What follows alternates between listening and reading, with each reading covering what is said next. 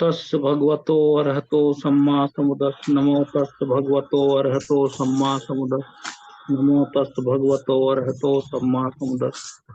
तथागत गौतम बुद्ध भगवान कच्छप बुद्ध से लेकर तनहंकर बुद्ध, सभी बुद्धों को मैं या पूजनीय भिक्षु संघ, उपासक उपासिकाएं, प्रोग्राम के आयोजक महापात्रा जी, संचालक कैलाश जी, हमारे पूर्व वक्ता पंते शीलवंश, उषा जी, वाघमारे जी, सभी को और सब श्रोतागण को की ओर से सत सत नमन करता हूँ। सभी बुद्धों को सबका कल्याण हो, मंगल हो, सब सुखी रहें। सम्यक कर्मांत या अष्टांगिक मार्ग की कड़ी चल रही है, चौथी कड़ी है सम्यक कर्मांत। पिछले संडे को इसकी सम्यक कर्मांत में पाणातिपाता, अदिन्ना दाना और कामेसु मिच्छाचारा, ये तीन से जो हैं सम्यक कर्मांत में भगवान बुद्ध ने शामिल किए हैं और ये तीनों सील के अंतर्गत आते हैं। ये सील पर आधारित हैं। सम्यक वाचा, सम्यक कर्मांत, सम्मा आव्यूह, ये जो अष्टांगिक मार्ग के तीन फैक्टर्स हैं, तीन मेंबर हैं, ये सील पर आते हैं। इसमें हम चौथी कड़ी में सम्यक कर्मांत पे पिछली बार इनकी मैंने आउटलाइंस बताई थी और आज मैं इसमें इसका जो हमारा जो इनके प्रभाव क्या होते हैं, इनका क्या परिणाम होता है, विपाक होता है, उस पर प्रकाश डालूंगा। से हत्या, पानातिपाता, पाना पाली वर्ड है जिसका मतलब प्राण है, सिंपल है, जो हमारे साइकोफिजिकल लाइफ में बहुत इंस्ट्रूमेंटल है। प्राण जो हमारे उसी प्राणों पर ही आधारित है जीवन, ब्रीदिंग, सांस लेना, ये मेन इसका हमारा वो है।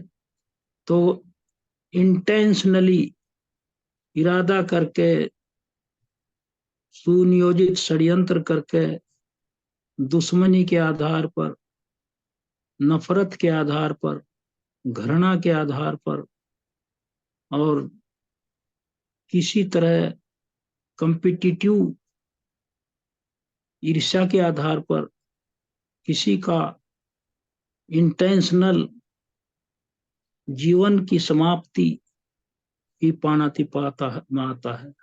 अनइंटेंशनल इसमें शामिल नहीं है। पिछली बार बताया था wanton destruction of the life, wanton, unrestricted, ऐसे ही अनियंत्रित चित्त, वांटन माइंड से किसी का जिस पे कहीं, wanton mind means mind devoids of the merit और कुशल एक्शन, उसके अनुसार किसी का जीवन ले लेना और उसके जीवन का जो वो पूरा करता, अपनी आयु संस्कार, उसको बीच में ही वह रोक देना, मार के हत्या करके उसकी समाप्ति कर देना, ये किलिंग की श्रेणी में आता है। भगवान बुद्ध ने जो व्याख्या की है इसकी, उसे अपना जीवन पूरा ना करने देना, उसके सांस बीच में ही रोक देना, यही इसकी व्याख्या है। जो एनिमेट थिंग है, सजीव चीजें हैं, जिसमें जानवर भी शामिल हैं, जीव जंतु, इंसेक्ट जितने भी हैं, माइक्रो टू मैक्रो, सूक्ष्म से लेकर स्थूल काय, सभी इसमें शामिल किए हैं भगवान बुद्ध। चाहे वो बहुत इनफिटिसेमिल हो, स्माइल हो, और चाहे वो कितना भी छोटा हो, सूक्ष्म से सूक्ष्म, तो ये सब भगवान बुद्ध ने कहा है। इसको फॉरबिड किया है भगवान बुद्ध ने और जहां तक भगवान बुद्ध ने तो पर्यावरण में पेड़ों का जो काटना, उन्हें नष्ट करना, उसको भी, जो कंजर्वेशन ऑफ द फॉरेस्ट्री है, पर्यावरण की संरक्षा भी उन्होंने इसी तरह प्रायोरिटी पर रखी है। हालांकि उन्होंने कहा है कि वहां तो माइंड नहीं है, जो हमारी फॉरेस्ट्री है, वेजिटेशन है, उसमें चित्त नहीं है, वहां कम्मा नियम लागू नहीं होता है। जितने हमारे लिविंग बीइंग्स हैं, किसी भी स्टेट में हो, किसी भी योनि में हो, अदर देन ह्यूमन बीइंग, वो तो अपने कर्मों के अनुसार डिफरेंट स्टेट्स में वांडर कर रहे हैं सिंस लॉन्ग टाइम बैक। कब से वांडर कर रहे हैं हम लोग? We are hastening from round to round in the circle of the birth and death. तो इसका जो इसमें तो हम कर, ये कम्मा मतलब ये है, नियम है यहाँ। और जो हमारी फॉरेस्ट्री है, वेजिटेशन है, पर्यावरण है, वहाँ बीज नियम लागू होता है। यहाँ जैसे हमारा ब्लड होता है सर्कुलेशन का, जो मुख्य हमारे बॉडी का संचरण करता है उसमें, तो वहाँ उसका सेपिड होता है, पेड़ों में जो उसका रस होता है, आपने देखा होगा, जूस होता है, उसको भी मना किया है। भिक्षुओं को तो बिल्कुल ही मना किया है, लेकिन उपासकों के लिए नहीं कहा है। अभी भगवान बुद्ध के बारे में कोई कह नहीं सकता ऐसा कि उन्होंने कोई गलत ऐसा काम किया हो, और उन्होंने कभी संसार का या लोक का संतुलन नहीं बिगड़ने दिया। उषा बौद्ध जी भी अभी कह रही थी आर्मी के बारे में कि किसी को उन्होंने, आर्मी सैनिकों को भिक्षु बनने में अलाउ नहीं किया, और वहीं दूसरी तरफ उन्होंने किसी राजा को, किसी भी किंगडम के जो मोनार्क था, अपने देश की रक्षा करने के लिए, आर्मी रेज करने के लिए कभी मना नहीं किया। यार अपनी सेना ना रखें, अपने गुप्तचर ना रखें, जितनी भी एसेंशियल सर्विसेज हैं for the security and safety of the country, उसको रक्षा के लिए उन्होंने जितने भी वो होते हैं, जो जितने भी उसके संसाधन हैं और उसके तरीके हैं, सेफ गार्ड्स हैं, उनमें कभी उन्होंने मना नहीं किया। आर्मी रखने से कभी मना नहीं किया। तो बुद्ध पे आरोप लगाना कि बुद्ध ने पाणातिपात से मना कर दिया, बुद्ध ने कहाँ मना किया है? वहां किया है जहां इंटेंशनल इनोसेंट लोगों की हत्या की जाए। इंटेंशनल एंड इनोसेंट लोगों की हत्या की जाए, वहां भगवान बुद्ध का फोकस है। और अगर किसी देश पर कोई आक्रमण करता है, तो उस राजा को अपने देश की रक्षा करने का पूरा अधिकार है। इवन हमारे उपासकों, उपासिकाओं को भी उन्होंने स्वरक्षा के लिए, किसी प्रहार से बचने के लिए, अगर उसको अपनी स्वरक्षा में किसी को मारता है, तो उसको भी भगवान बुद्ध ने मना नहीं किया। तो ये भिक्षुओं पे बहुत सख्ती से लागू होता था। भिक्षु चूंकि निर्वाण की तरफ उसका उद्देश्य है, तो भिक्षुओं को तो उन्होंने पेड़ पौधे और यहाँ तक कि पेड़ों की डालियां दातुन तोड़ने के लिए, झोंपड़ी बनाने के लिए काटने से भी मना किया है, क्योंकि फिर भिक्षु का शील भंग होता है, उसके निर्वाण में उसका बाधक होता है वो। तो ये चीज है। तो मारने में भगवान बुद्ध ने कहा, हत्या करने की 5 श्रेणी बताई है उन्होंने, जो इसमें बताई है 5 चीजें होती हैं, 5 कंडीशन बताई है। हत्या में क्या क्या चीज इंक्लूड है किलिंग में? एक तो कोई लिविंग बीइंग का होना जरूरी है, कोई प्राणी हो सामने। नंबर 1, कोई प्राणी हो। दूसरा है, हमें उसकी जानकारी हो कि यह प्राणी है, जीवधारी है। हमें पता होना चाहिए कि मेरे सामने क्या है जिसको मैं मारने जा रहा हूँ, ये प्राणी है, और इसीलिए मैं उसकी प्राण मतलब यह है वेदना चाहता हूँ, उसको मारना चाहता हूँ। रीजन्स में बी वॉट एवर। तीसरा, इंटेंशन ऑफ किलिंग, इरादा, उसका इरादा होना चाहिए, किलिंग का इंटेंशन। और फिर उसका चौथा है एफर्ट टू किल, मारने का प्रयास। अगर वो बचना भी चाहे तो भी again and again I attempt to kill, I don't let him go और स्केप टू सेफ्टी, उसे मैं बचने देना नहीं चाहता। ये इतना उस समय उसके चित्त में इतना प्रभावी ओवरराइडिंग इफेक्ट है उसका इंटेंशन ऑफ किलिंग का, कि रुक नहीं रहा। अगर वो बचने से भाग रहा तो भाग के उसका पीछा करके चाहे जहां तक जाए पकड़ कर मारना। पांचवा है कॉन्सिक्वेंट डेथ, फिर उसके प्राणांत हो जाए, प्राणांत हो जाए। ही असरटेन्स, जो किलर है वो ये सुनिश्चित करता है कि it is no more now, अब ये समाप्त हो गया। तो ये पांच इसके हैं, ये चीज पांच कारक हैं, इसके फैक्टर्स हैं इसके। और इसकी जो ग्रेविटी है, सीरियसनेस है, और इसकी मैग्नीट्यूड जो कंसर्न है इसका, इसमें थोड़ा सा और भी कहा है इन्होंने। जैसे किसी वर्चुअस व्यक्ति की हत्या, अरहत की हत्या, बुद्ध के शरीर से खून बहाना, किसी धार्मिक आदमी की हत्या, धार्मिक राजा की हत्या,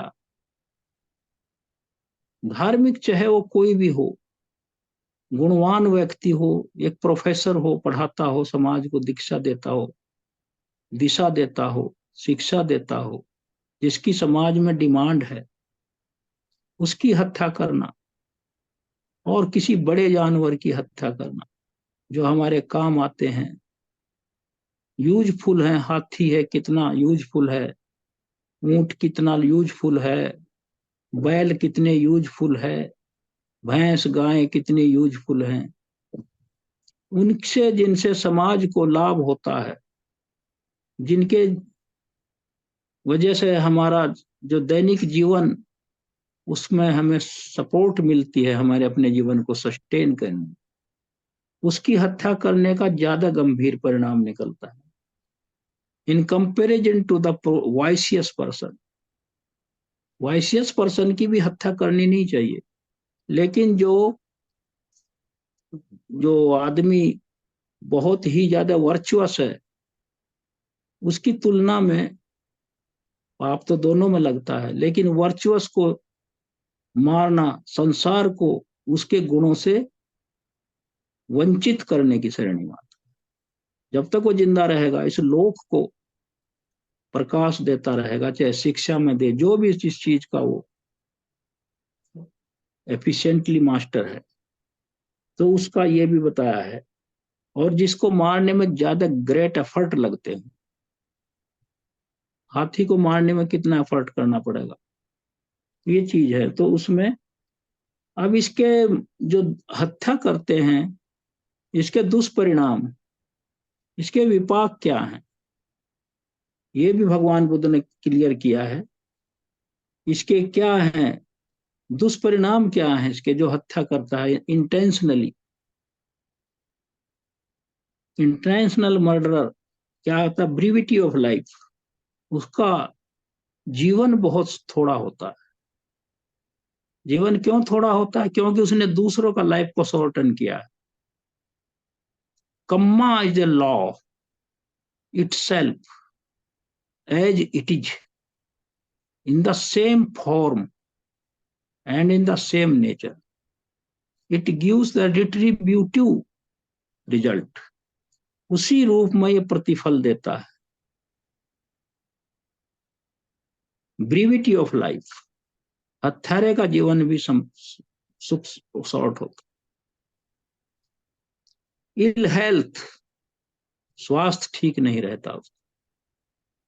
ये नहीं कि वो आप देखेंगे इसे तो बुखार कुछ नहीं है तो ठीक है ना, मेंटल इलनेस है।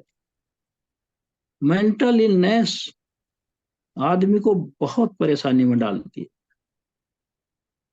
फिजिकल इलनेस तो डॉक्टर ठीक कर देते हैं, मेंटल इलनेस जो राग द्वेष मोह है उसका इलाज केवल बुद्धि कर सकते हैं। Constant grief due to the separation from the loved, अपने प्रियों से बिछड़ने का गम लगातार उसको रहता है। क्यों रहता है? इसका भी कम्मा से ही रिलेशन है, क्योंकि जिस व्यक्ति की उसने हत्या की है उससे भी अपने उसके नियर डियर से उसको दूर किया है, उसके प्रिय जनों को वंचित किया है, उसके जो उसका एसोसिएशन था, उसके साथ जो सहयोग था, जीवन में साथ साथ रहते थे। देखिए कितना सामंजस्य है भगवान बुद्ध के लॉ ऑफ कम्मा में और उसके विपाक में। उसी तरह का उसको मिलता रहता है। Separation from the loved and constant fear, वो तो रहेगा ही, जब किसी की हत्या करेगा उसे भी अपनी हत्या का भय लगा रहेगा।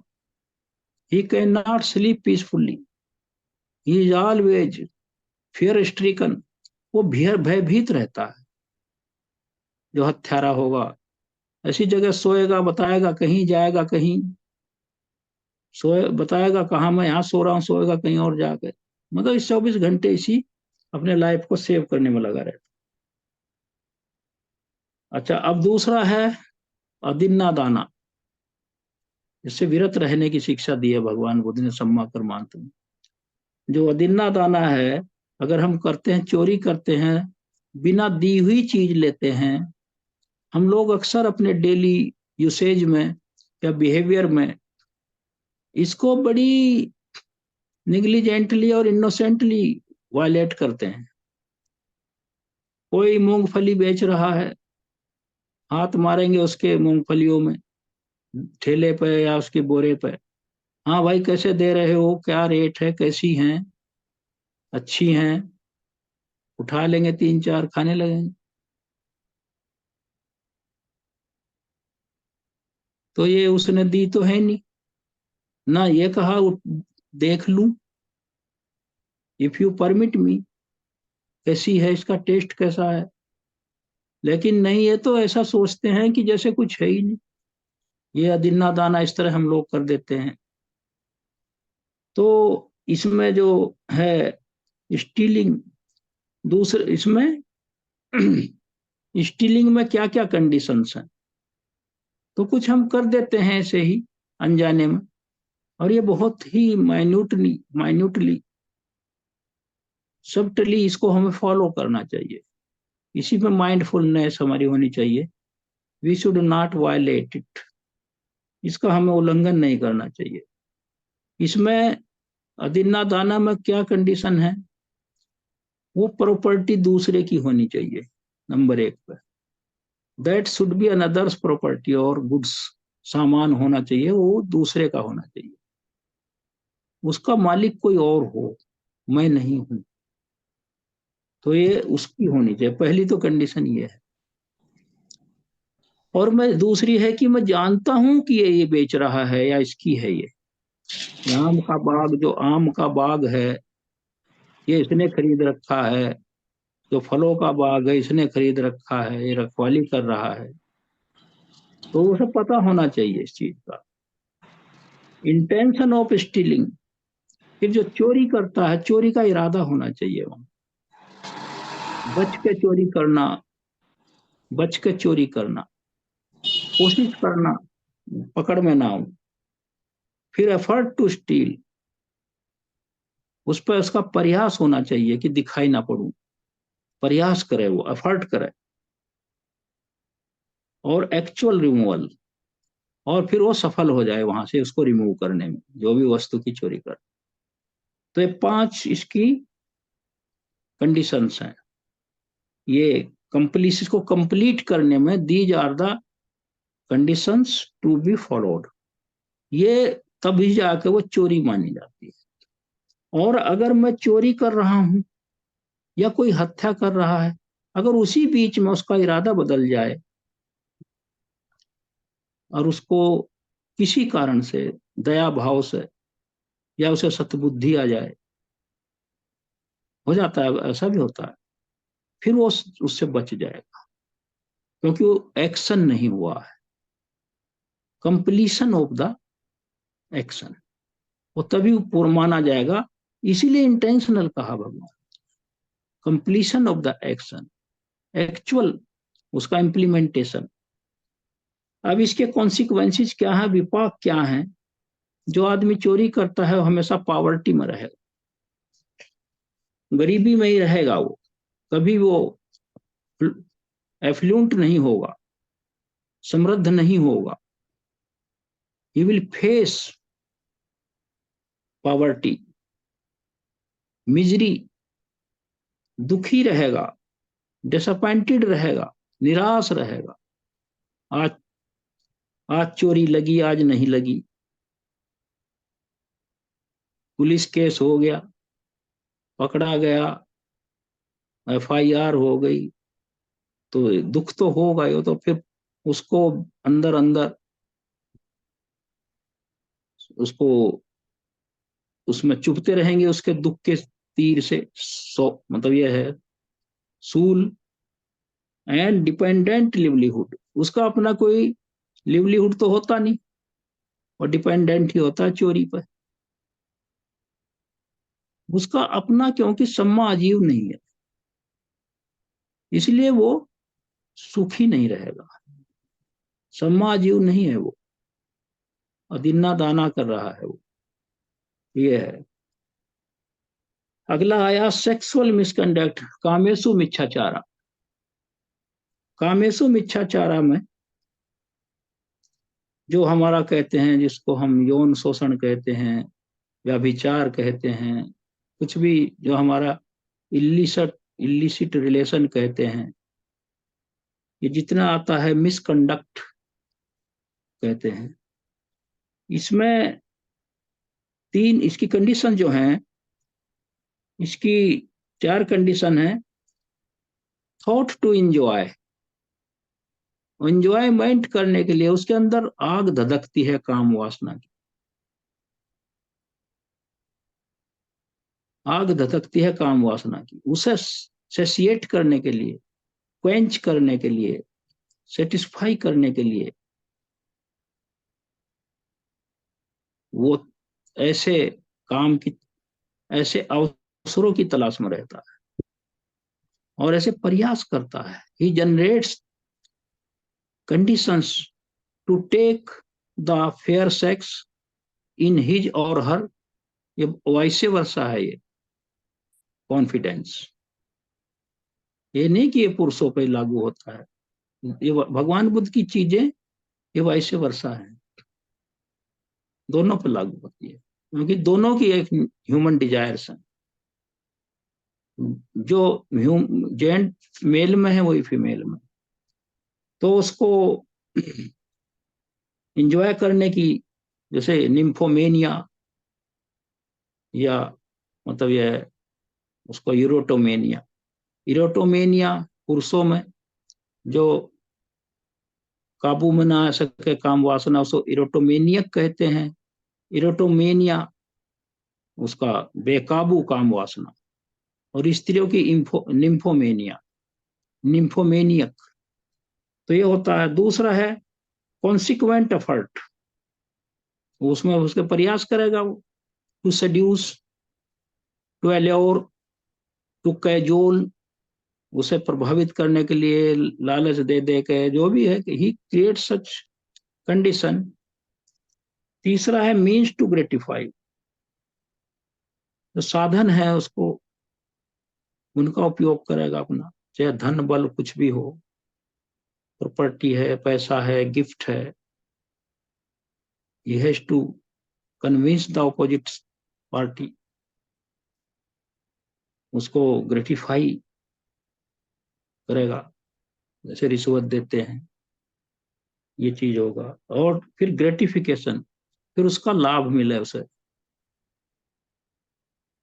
ग्रेटिफिकेशन वो कंप्लीट हो जाए। फिर इसके जो कॉन्सिक्वेंसेज हैं, विपाक, ऐसे आदमी के जो व्याभिचार करता है, कामेशु मिच्छाचारा करता है। पहले संडे को मैंने इन्यूमरेट किया था, गिनवाए थे कहाँ कहाँ कामेशु मिच्छाचारा लागू होता है। तो उसमें होता है, उसके नंबर 1 है इसके विपाक में, उसके बहुत सारे शत्रु होते हैं। कैसे होते हैं? मान लिया वो किसी के घर की स्त्री या लड़की की तरफ, या कोई स्त्री किसी पुरुष की तरफ किसी और को सेड्यूस करता है, तो उसके खतरे होते हैं, उसके जीवन के शत्रु हो जाते हैं, उसको मारो। एक तो खतरा रहता है उसको, और ये होता है, उसको खतरे बहुत होते हैं। फिर उसका जो विपाक मिलता है उसको, जनरली अगली योनियों में या वर्तमान जीवन में भी कभी कभी देखा आपने, उसको अनडिजायरेबल वाइव्स एंड हस्बैंड, उसको ऐसी स्त्री मिलेगी पत्नी के रूप में जो खुद वो भी व्यभिचारी हो। क्योंकि जिस तरह की पीड़ा वो दूसरों को पहुंचा रहा, फिर उसको भी वो उसी पीड़ा पहुंचेगी जब उसकी पत्नी चरित्रहीन होगी। तो ऐसा उसके साथ विपाक मिलता है उसको। ये कितना दुखद लगता है कि आदमी को पता है कि his wife is not chastised and she is lose character, या किसी स्त्री को लगता है her husband is lose character and is not faithful to her or him। ये कितना बड़ा एक लोक मतलब यह है, लज्जा है, शर्म की स्थिति है। when one faces the society, कितना बड़ा दंड है ये, and he has to face it, उसे फेस करना है, क्योंकि उसने दूसरों को उसी स्त्री में उसी लाइन में ला के खड़ा कर दिया, दूसरों की इज्जत लूट के, दूसरों के साथ ऐसा करके उनकी सामाजिक स्थिति बिगाड़ी। ये है इसका रीजन, उनको उन्होंने डिफेम किया है। इसका रिट्रीब्यूटिव रिजल्ट यही होगा, he will also be defamed and he will also face the same, जैसे कहते हैं ना वेदनाएं, मेंटल अगोनी, उसको फेस करना पड़ेगा। और उसका जन्म अगर वो पुरुष है तो ऐसी औरत के रूप में जन्म होगा तो लूज कैरेक्टर होगी,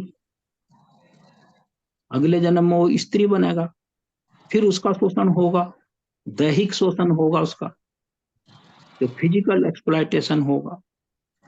अगर वो स्त्री है, अगर वो स्त्री है तो वो ऐसे पुरुष के रूप में पैदा होगी जो इम्पोर्टेंट, फिर नपुंसक होगा। उसकी स्त्री चाहे जितनी सुंदर हो, but being important he is unable to satisfy her, लेकिन वो परेशान रहेगा। फिर वो that his wife or husband will search for any other partner, फिर या फिर वो हिजड़े के रूप में पैदा हो, eunuch, neither male nor female. ये इसके जो हैं, ये विपाक हैं, भगवान बुद्ध ने इतनी व्याख्या करी है इनकी, तो व्यक्ति अगर इनको समझे, इनको फॉलो करे, तो यही तो भगवान बुद्ध का धर्म है जो कल्याणकारी है। इसीलिए इसको लोक कल्याणकारी कहा गया है। और ये दुख निवारण का मार्ग है, सभी दुखों का अंत कर देता है, चाहे फिजिकल एलिमेंट हो, चाहे मेंटल एलिमेंट हो, चाहे साइकोलॉजिकल एलिमेंट। तो भगवान बुद्ध एक ऐसे मार्गदर्शी, गुरु, डॉक्टर, हकीम, कुछ भी कह लीजिए,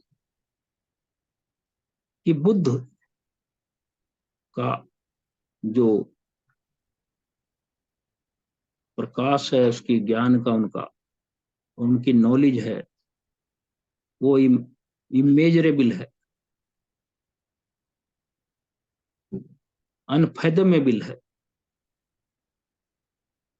और कितने सरल शब्दों में उन्होंने इसकी व्याख्या की है जनमानस तक पहुंचाने के लिए।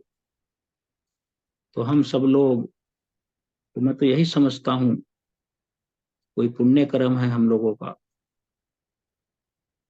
जो हम जितनी भी हमारी मानसिक जो बौद्धिक क्षमता है, उसमें हम भगवान बुद्ध के रास्ते पर चलने का प्रयास कर रहे हैं। ये भी कोई छोटी बात नहीं है कि ऐसे रास्ते को अपनाना जिसे लोग कहते हैं कि ये तो दुखों की ही बात करते हैं। ये सुख उसको समझते हैं जिसके पीछे दुख छिपा है। इग्नोरेंस एंड क्रेविंग से क्लाउडिड है वो। तो ये जो सम्मा कर्मांत था, इसका है तो बहुत ज्यादा व्यापक है। अब चूंकि अष्टांगिक मार्ग है, इसको पूरा करना है, इसको जितना हम जल्दी जल्दी करें, लेकिन इतनी भी कंजूसी ना करें कि उसकी सम्यक व्याख्या भी ना हो। तो आज मैं इसको, समापन है इसका चौथी कड़ी का। और ये कर्म, लॉ ऑफ कम्मा, ये इटसेल्फ लॉ है। ये कोई जजमेंट गिवर नहीं बैठा कहीं भी